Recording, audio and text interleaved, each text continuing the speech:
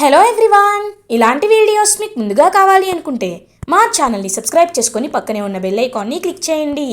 Upcoming రివ్యూలోకి వెళ్ళిపోదాం.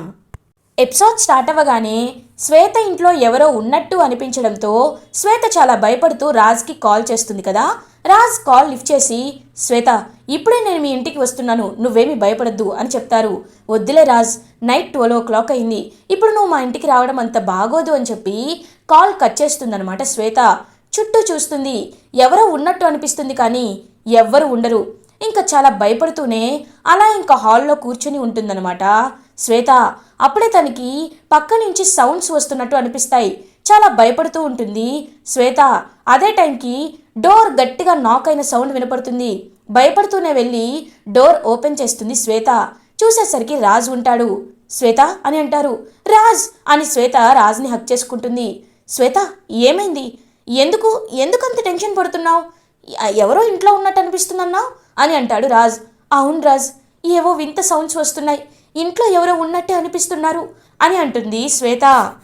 లేదు, ఎవరు ఉండరు, నేను ఇల్లంతా చెక్ చేస్తాను, నువ్వేమి కంగారు పడద్దు అని ఇంకా శ్వేతకైతే ధైర్యం చెప్తూ ఉంటాడు రాజ్.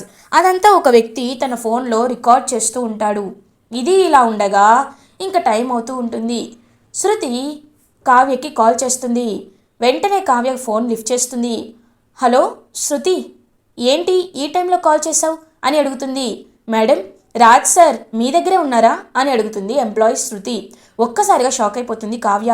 అదేంటి, ఆయన ఆఫీస్కే బయలుదేరారు కదా, బయలుదేరి కూడా చాలాసేపు అయింది అని అంటుంది కావ్య. లేదు మేడం, సార్ ఇక్కడికి రాలేదు, ఇంపార్టెంట్ డిజైన్స్ ఉన్నాయి, రేపు మార్నింగ్ కల్లా కంప్లీట్ చేయాలి అన్నారు.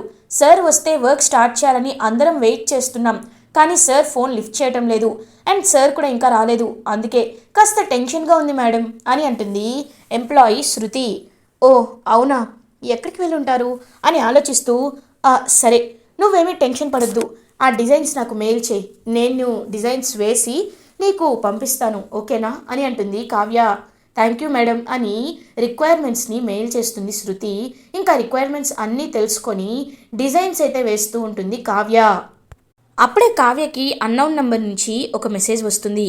వెంటనే కావ్య ఆ వీడియోని ఓపెన్ చేసి చూస్తుంది. ఇంకా రాజ్ అయితే శ్వేత దగ్గర ఉన్నట్టు ఆ వీడియో ఉంటుంది. ఒక్కసారిగా ఆ వీడియో చూసి షాక్ అయిపోతుంది కావ్య. ఇంకా తన్ని తాను నమ్మలేకపోతూ ఉంటుంది. వెంటనే ఆ నెంబర్కి కాల్ చేస్తుంది కావ్య. అప్పుడే మనకి న్యూ క్యారెక్టర్ ఒక వ్యక్తిని చూపిస్తారు. హలో అని అంటారు. హేయ్, ఎవరు నువ్వు, నాకు ఏం వీడియో పెట్టావు అని అడుగుతుంది కావ్య. చూడండి మేడం, నేను మీ గురించే ఆలోచిస్తున్నాను. చూశారు కదా మీ భర్త ఆ శ్వేతతో ఎంత క్లోజ్గా ఉంటున్నాడో, కాబట్టి మీరు మీ కుటుంబం గురించి ఆలోచించండి, అసలు ఏం జరుగుతుందో తెలుసుకోండి అని అంటాడు ఆ న్యూ క్యారెక్టర్. ఇంతకీ నువ్వు ఎవరు, అసలు ఎవరు నువ్వు అని అడుగుతుంది కావ్య. నేను ఎవరో తెలిసే టైం మీకు ముందు ముందు వస్తుంది. ఇప్పుడు మీరు ఎలాంటి టెన్షన్ పెట్టుకోకుండా మీ భర్తని మీ కంట్రోల్లో పెట్టుకోండి, ఇంకెప్పుడు ఆ శ్వేతని కలవద్దని చెప్పండి అని కాల్ కట్ చేస్తాడు. అతనే శ్వేత వాళ్ళ హస్బెండ్ అన్నమాట. ఎక్కడ అగ్గి రాజేయాలో అక్కడ రాజేశాను, ఇక ఆ రాజ్ శ్వేత జోలికి రాడు అని మనసులో అనుకుంటూ అక్కడి నుంచి వెళ్ళిపోతాడనమాట శ్వేత వాళ్ళ హస్బెండ్. శ్వేత టెన్షన్ పడుతూ ఉంటుంది. ఇల్లంతా రాజ్ చూస్తాడు కానీ ఎక్కడ ఎవరు ఉండరనమాట. చూసావా చూసావా, ఇంట్లో ఎవరు లేరు, అదంతా నీ ఇమాజినేషన్ శ్వేత, ఇంకా కూడా భయపడకుండా హ్యాపీగా నిద్రపో, నాకు టైం అవుతుంది, నేను వెళ్ళాలి, సరేనా అని శ్వేతకి ధైర్యం చెప్పి రాజ్ అక్కడి నుండి వెళ్ళిపోతాడు ఆఫీస్కి. ఇటువైపు అప్పుడే ఇంకా కావ్య అయితే డిజైన్స్ అన్నిటినీ కంప్లీట్ చేసి ఎంప్లాయీ శృతికి మెయిల్ చేసేస్తుంది. కానీ కావ్యకి నిద్ర పట్టదు. అటు ఇటు తిరుగుతూ ఆలోచిస్తూనే ఉంటుంది. ఇంకా ఆ శ్వేత వాళ్ళ హస్బెండ్ మాటలన్న మాటలనే, నీ భర్తని ఇప్పట్లో అయినా కంట్రోల్లో పెట్టుకో, ఇప్పటికైనా శ్వేత దగ్గరికి వెళ్ళొద్దని చెప్పు అన్న మాటలు గుర్తుకు వస్తూ ఉంటాయి. అసలు ఎవరా శ్వేత, ఆ రోజు ఐస్ క్రీమ్ తింటూ కనబడింది, తర్వాత ఏమో ఆఫీస్కి వస్తే క్లోజ్గా మాట్లాడుకున్నారు, లాయర్తో డివోర్స్ మ్యాటర్ కూడా మాట్లాడుతున్నారు. నేను ఒకవేళ ఈ విషయాన్ని ఇప్పుడు కనుక పట్టించుకోకపోతే ఇదే మొక్కగా వృక్షమై ఖచ్చితంగా నా భర్తని నాకు దూరం చేస్తుంది. ఇప్పుడు ఏం చేయాలి, నా భర్త నాకు దక్కాలి అంటే ఏం చేయాలి అని పాపం ఆలోచిస్తూ, నేను ఆయన తప్పుగా అర్థం చేసుకుంటున్నానా, ఆయనని అనుమానిస్తున్నానా, ఆయన చాలా మంచివారు, కానీ ఈ పరిస్థితులన్నీ చూస్తుంటే ఎలాంటి వారినైనా అనుమానించేలాగే ఉన్నాయి, ఆయన్నే అడిగి ఖచ్చితంగా క్లారిటీ తీసుకుంటాను అని మనసులో అనుకుంటుంది కావ్య. ఇది ఇలా ఉండగా రాజ్ ఆఫీస్కి రీచ్ అవుతాడు. అప్పుడే ఇంకా ఎంప్లాయీస్ అందరూ వాళ్ళ వర్క్ అయితే చేస్తూ ఉంటారు. సారీ, కాస్త లేట్ అయింది, డిజైన్స్ రిక్వైర్మెంట్స్ అని ఇంకా చూస్తూ ఉంటాడనమాట రాజ్. సార్, మీరేమీ టెన్షన్ ఫీల్ అవ్వకండి, ఆల్రెడీ రిక్వైర్మెంట్స్ అన్నీ మనకి అవైలబుల్గా ఉన్నాయి అండ్ డిజైన్స్ కూడా కంప్లీట్ అయ్యాయి సార్, కావాలంటే ఇవి చూడండి అని అంటుంది ఎంప్లాయీ శృతి. ఇంకా డిజైన్స్ చూసి చాలా హ్యాపీగా ఫీల్ అవుతాడనమాట రాజ్. ఈ డిజైన్స్ అన్నీ నువ్వు డిజైన్ చేసినట్లు లేవే అని అంటారు. అవును సార్, మీరు అనుకున్నది నిజమే, ఇవన్నీ కావ్య మేడమే డిజైన్ చేశారు అని అంటుంది. ఒక్కసారిగా షాక్ అయిపోతాడు రాజ్. వాట్, కళావత, తనకి ఈ విషయం ఎలా తెలుసు అని అడుగుతాడు రాజ్. నేనే సార్, మీరు ఎంతకీ రాకపోయేసరికి మీకు కాల్ చేస్తే మీరు ఎంతకీ లిఫ్ట్ చేయలేదు, కాబట్టి నేను కావ్య మేడంకి కాల్ చేశాను, మీరు ఇంకా రాలేదని చెప్పాను. మేడం అన్ని డిజైన్స్ వేసి మాకు ఇప్పుడే మెయిల్ చేశారు అని అంటుంది ఎంప్లాయీ శృతి. ఆలోచనలో పడతాడు రాజ్. నేను ఆఫీస్కి వెళ్లకుండా లేట్ చేశానని కళావతి ఏమైనా ఆలోచిస్తుందా? లేదులే, ఏదో ఒకటి చెప్పేయచ్చు అని మనసులో అనుకుంటాడు రాజ్. సార్, ఇప్పుడు మమ్మల్ని ఏం చేయమంటారు అని అడుగుతారు. డిజైన్స్ అన్నీ అనుకున్న టైంకి అయిపోయాయి కదా, ఇంకా మీరు రిలాక్స్ అవ్వండి, అందరూ ఇంటికి వెళ్ళిపోండి అని చెప్తాడు. థ్యాంక్ యూ సార్ అని టీం అంతా ఇంకా ఇంటికి వెళ్ళిపోతారు. కళావతి నేను అడగకపోయినా సహాయం చేసింది, ఈ డిజైన్స్ ఆన్ టైంలో ఫినిష్ అయ్యేటట్లు చేసింది, కాబట్టి కళావతికి ఒక మంచి గిఫ్ట్ని తీసుకువెళ్ళాలి అని హ్యాపీగా ఇంకా ఇంటికి బయలుదేరుతాడు రాజ్.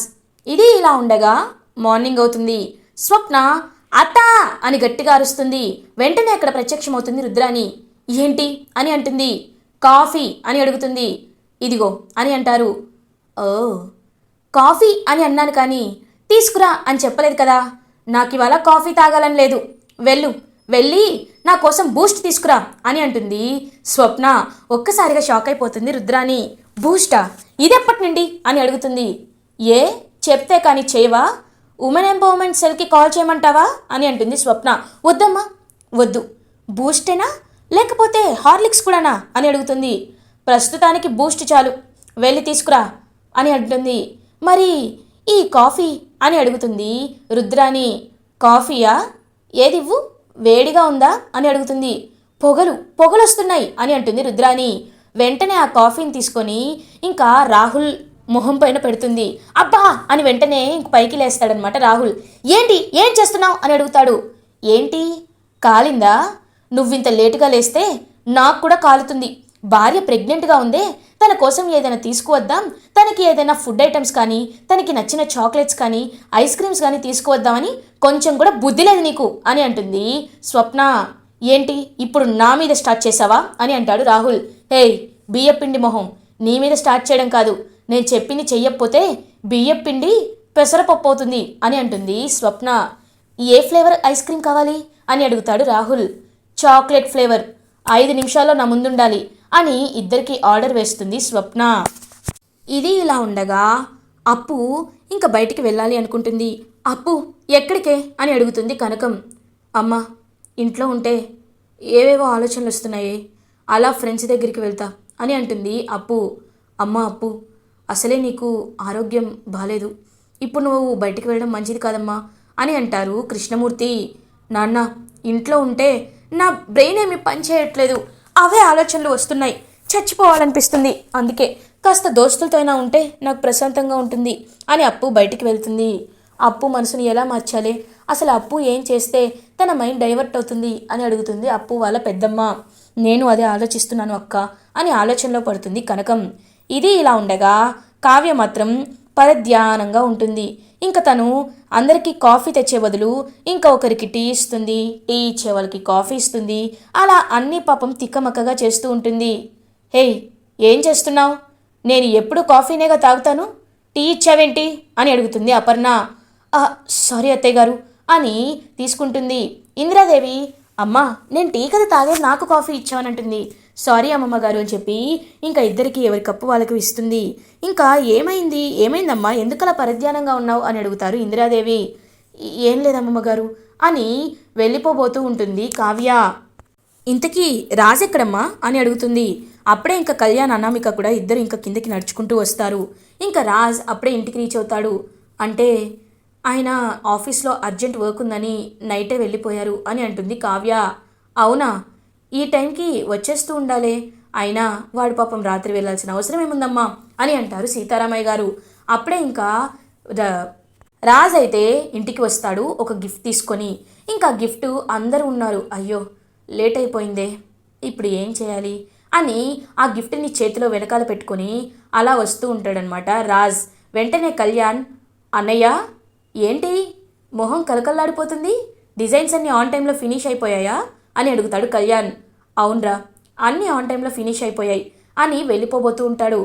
అన్నయ్య నీ చేతిలో ఏదో దాచిపెడుతున్నావే అని అడుగుతాడు కళ్యాణ్. ఆ ఏం లేదురా, ఏం లేదు అని అంటాడు రాజ్. లేదు లేదు, మా వదినకి నువ్వేదో గిఫ్ట్ తెచ్చినట్టున్నావు, ఏది చూపించు అని అంటాడు. ఏం లేదు అని అంటాడు రాజ్. చూపించు అని చెప్పి ఇంకా కళ్యాణ్ అయితే రాజ్తో ఆడుకుంటూ ఉంటాడు. ఇంట్లో వాళ్ళందరూ చాలా హ్యాపీగా ఫీల్ అవుతారు. ధాన్యలక్ష్మి మాత్రం జెలస్గా ఫీల్ అవుతుంది. రే కళ్యాణ్ వదులు అని చెప్పి ఇంకా పైకి వెళ్ళిపోతాడనమాట ఇంకా స్పీడ్గా రాజ్. వదినా మీరు వెళ్ళండి, ఆ గిఫ్ట్ చాలా స్పెషల్ అనుకుంటా, మమ్మల్ని ఎవరిని అన్నయ్య ముట్టుకొనివ్వలేదు, మీరు వెళ్ళండి అని అంటాడు కళ్యాణ్. ఇంకా కావ్య పాపం డల్గానే రాజ్ దగ్గరికి వెళ్తుంది. ఇంకా రాజ్ చాలా హ్యాపీగా, కళావతి నువ్వు నాకు చాలా పెద్ద హెల్ప్ చేశావు, ఆ కాంట్రాక్ట్ ఆన్ టైంకి ఫినిష్ అవ్వదేమోనని చాలా బాధపడ్డాను, టెన్షన్ పడ్డాను, కానీ ఆన్ టైంకి ఫినిష్ అయ్యేటట్లు నువ్వు చేశావు. నిజంగా ఊహించిన దానికంటే ది బెస్ట్ అవుట్పుట్ వచ్చింది. సో నీకోసం ఇదిగో ఒక గిఫ్ట్ తీసుకువచ్చాను అని కావ్యకి ఇంకా గిఫ్ట్ని ఇస్తాడనమాట రాజ్. ఏంటి ఫేస్ అలా ఉంది అని అడుగుతాడు రాజ్. ఇవన్నీ పై మెరుగులే కదండి, మనసు బాగుంటే ఏదైనా బాగానే కనపడుతుంది అని అంటుంది కావ్య. ఏంటి కొంచెం తేడాగా మాట్లాడుతున్నావు, సర్లే ఓపెన్ చేసి చూడు అని అంటాడు. ఇంకా ఓపెన్ చేసేసరికి ది బెస్ట్ డైమండ్ నెక్లెస్ అయితే ఉంటుందన్నమాట. చూసావా, ఇది చాలా రేర్ డైమండ్స్, ఇవి వేసుకోవాలంటే చాలా చాలా లక్కీ అయి ఉండాలి, ఆ లక్కీ పర్సన్వి నువ్వే, చాలా స్పెషల్గా చేపించాను, ఎప్పుడో దీన్ని కొనేవాళ్ళు ఎవరు వస్తారా అని వెయిట్ చేస్తున్నా, కానీ ఎందుకో నీకు గిఫ్ట్గా ఇవ్వాలనిపించింది, బాగుందా అని అడుగుతాడు రాజ్.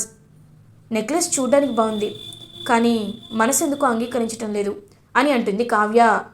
ఏమైంది, మళ్ళీ ఇంట్లో ఏదైనా గొడవైందా చెప్పు అని అంటాడు రాజ్. ఇంట్లో కాదండి, నా మనసులోనే గొడవ జరుగుతుంది, నా మనసు సంఘర్షణకి లోనవుతుంది, నాతో నాకే యుద్ధం జరుగుతుంది, ఎవరు గెలుస్తారో ఓడిపోతారో నాకే అర్థం కావట్లేదు, ముందుకు వెళ్ళమని ఒకరు, వెనక్కి లాగుతూ ఇంకొకరు, అనుమానమనే బీజంతో ఇంకొకరు, నా లోపల మానసికంగా చాలా ఒత్తిడికి లోనవుతున్నాను అని అంటుంది కావ్య. ఏంటి కవిత్వం మాట్లాడుతున్నావు, కొంపతీసి మా కళ్యాణ్ ఏమైనా నీలో పూనాడా ఏంటి అని అంటాడు రాజ్. లేదండి, నాలో ఉన్న మహిళ బయటికి వస్తుంది, భార్య తన్నుకు వస్తుంది అని అంటుంది కావ్య. ఒక్క నిమిషం, చెప్పేదేదో క్లియర్గా చెప్పు, నాకు ఒక్క ముక్క కూడా అర్థం కావట్లేదు అని అంటారు. చెప్పను, చూపిస్తా అని ఇంకా వీడియోని చూపిస్తుందన్నమాట కావ్య రాజ్కి. రాజ్ ఒక్కసారిగా షాక్ అయిపోతాడు. ఏంటండి, ఏంటి మీరు చేస్తుంది, మీపై నేను అనుమానంతో అడగటం లేదు, ఒక క్లారిటీగా మీ భార్యగా ఒక హక్కుతో నేను అడుగుతున్నాను. మీరు ఆఫీస్కి బయలుదేరతారని 12ంటికి బయలుదేరారు, కానీ మీరు ఆఫీస్కి వెళ్లకుండా ఈ శ్వేత ఇంటికి వెళ్ళారు, తనతో ధైర్యం చెప్తున్నారు, తనని హక్ చేసుకుంటున్నారు. అసలు ఎవరు తను మీకు ఏమవుతుంది, అసలు ఏం జరుగుతుంది, ఎందుకు మీరు తనని కలవడానికి ఎవ్వరికి చెప్పకుండా అంత రహస్యంగా వెళ్ళాల్సి వస్తుంది అని అడుగుతుంది కావ్య. నీకు ఈ ప్రశ్నలకి సమాధానం కావాలంటే నువ్వు నాతో రావాలి అని కావ్యని రాజ్ చేయి పట్టుకొని అలా తీసుకువెళ్తాడు. కారులో కూర్చోమంటాడు. చూడండి, నేను ఇప్పుడు ఏది తెలుసుకోవాలనుకోవటం లేదు అని అంటుంది. తెలుసుకోవాలను అనుకోకపోయినా ఒక్కసారి మనసులో అనుమానం అనే ముద్ర వస్తే అది తొలగించడానికి ఎన్ని వాటర్ కొట్టినా సరిపోదు, ఎంత తుడవాలనుకున్నా ప్రయత్నించినా అది అలా ఉండిపోతుంది, కాబట్టి నేను నీకు అది క్లియర్ చేయాలి అనుకుంటున్నాను అని ఇంకా శ్వేత దగ్గరికి తీసుకువెళ్తాడు. శ్వేత డోర్ ఓపెన్ చేస్తుంది. రాజ్, కావ్య, ఏంటి రాజ్ కావ్యని తీసుకువచ్చా అని అడుగుతుంది. నీతో కొంచెం మాట్లాడాలి శ్వేత అని అంటాడు రాజ్. చెప్పు రాజ్ అని అంటుంది. కావ్య పరిచయం చేసుకుంటుంది. చూడు శ్వేత, అసలు మన మధ్య సంబంధం ఏంటని నా భార్య నన్ను అడుగుతుంది, దీనికి ప్రశ్న నాకంటే నువ్వే బాగా చెప్తావని నీ దగ్గరికి తీసుకువచ్చాను అని అంటాడు రాజ్. కావ్య, నేను శ్వేత, నేను రాజ్ చిన్నప్పటి నుండి బెస్ట్ ఫ్రెండ్స్, నాకు ఏ కష్టం వచ్చినా ఏ హ్యాపీనెస్ వచ్చినా నేను రాజ్తోనే పంచుకునేదాన్ని. రాజ్ నాకు చాలా బెస్ట్ ఫ్రెండ్. నీకు ఒక విషయం తెలుసా? ఒకసారి నేను రాజ్కి ప్రపోజ్ కూడా చేశాను, కానీ రాజ్ నన్ను రిజెక్ట్ చేశాడు. మనం ఎప్పటికీ బెస్ట్ ఫ్రెండ్స్గా ఉంటాం, నేను నిన్ను ఎప్పుడూ ఆ ఉద్దేశంతో చూడలేదు అని అన్నాడు. కానీ నేను కూడా మూవ్ ఆన్ అయిపోయాను. అలా రోజులు గడిచాయి. నాకు శేఖర్ అనే వ్యక్తితో పరిచయం అయింది. తను నన్ను ప్రేమించడం మొదలుపెట్టాడు. తన బిహేవియర్, కేరింగ్ చూసి నేను కూడా తన్ని ప్రేమించాను. ఇద్దరం పెళ్లి చేసుకోవాలనుకున్నాం. రాజ్ సమక్షంలోనే రిజిస్టర్ మ్యారేజ్ చేసుకున్నాం. మా అమ్మ వాళ్ళు ఎంత వద్దు అని నన్ను బెదిరించినా భయపెట్టినా నేను ప్రేమకి లొంగిపోయి శేఖర్ని పెళ్లి చేసుకున్నాను. సాక్షి సంతకం కూడా రాజే పెట్టాడు. హ్యాపీగా లైఫ్ ఉంటుంది అనేలోపు శేఖర్ కుట్రలన్నీ బయటపడ్డాయి.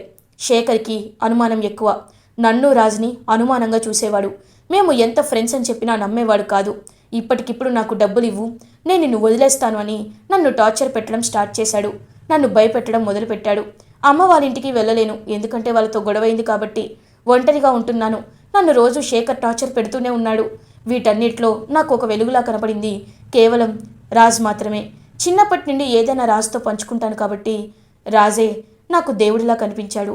ఈ సమస్య నుండి బయటపడే మార్గాన్ని నేను రాజ్ని అడిగాను. అప్పుడే రాజ్ నాకు డివోర్స్ తీసుకోమని అడ్వైజ్ ఇచ్చాడు. రాజ్ మాట ప్రకారమే నేను డివోర్స్ తీసుకోవడానికి రెడీ అయ్యాను. డివోర్స్ తీసుకుంటే ఆస్తి తన పేరు మీదకి రాదని, ఆస్తి రావాలంటే నన్ను చంపాలని ఎంతగానో ప్రయత్నిస్తున్నాడు ఆ శేఖర్. కానీ రాజ్ ప్రొటెక్షన్ వల్ల నన్ను ఏమీ చేయలేకపోయాడు. ఇప్పుడు ఈ వీడియో ఖచ్చితంగా వాడు నీకు ఎందుకు పంపాడో నేను చెప్పనా? నీకు అనుమానం క్రియేట్ చేసి రాజ్ని నన్ను దూరం చేస్తే వాడికి నన్ను చంపడం ఈజీ అవుతుందని ఇలా చేశాడు. ఇప్పుడు చెప్పు కావ్య, ఇప్పటికీ నువ్వు రాజ్ని అనుమానిస్తున్నావా అని అంటుంది శ్వేత. ఒక్కసారిగా షాక్ అయిపోతుంది కావ్య. చూడు కలవతి, నేనే ఈ విషయాన్ని చెప్పొచ్చు, కానీ ఎవరి నోటితో వింటే నీకు అర్థమవుతుందో వారి దగ్గరికి తీసుకువచ్చాను. ఇంకొక 1 డేలో శ్వేతకి డివోర్స్ వస్తుంది. సో శ్వేత హ్యాపీగా ఇండిపెండెంట్గా తన లైఫ్ని లీడ్ చేసుకోవచ్చు. ఇంకా తను ఎవరికి బానిసగా ఉండాల్సిన అవసరం లేదు. ఈ విషయంలో నేను శ్వేతను సపోర్ట్ చేస్తున్నాను అంతే అని అంటాడు రాజ్. ఇంకా కావ్య చాలా హ్యాపీగా ఫీల్ అవుతుంది. ఆలోచనలో పడుతుంది. ఏంటి ఆలోచిస్తున్నావు అని అంటాడు రాజ్. ఏవండి, ఇక్కడ శ్వేత ఉండడం అంత మంచిది కాదు. ఎందుకంటే ఆ శేఖర్ ఎప్పుడు వచ్చినా తను భయపడుతూ ఉంటుంది. భయపడుతూ ఎన్నాలని ఉంటుంది. ఇంకొక 1 or 2 డేస్లో డివోర్స్ వస్తుంది అంటున్నారు కాబట్టి తనని మన ఇంటికి తీసుకువెళ్దాం, మన ఇంట్లో తను హ్యాపీగా ఉండొచ్చు అని ఇంకా కావ్య సలహా ఇచ్చేసరికి రాజు కూడా కరెక్టేనని రాజ్, కావ్య ఇద్దరు శ్వేతని వాళ్ళ ఇంటికి తీసుకువెళ్తూ ఉంటారు. ఇలా ఎపిసోడ్ ఎండ్ అవుతుంది. ఫర్దర్ ఎపిసోడ్ రివ్యూస్ ముందుగా మీకు కావాలి అనుకుంటే మా ఛానల్ని సబ్స్క్రైబ్ చేసుకోండి. Thanks for watching.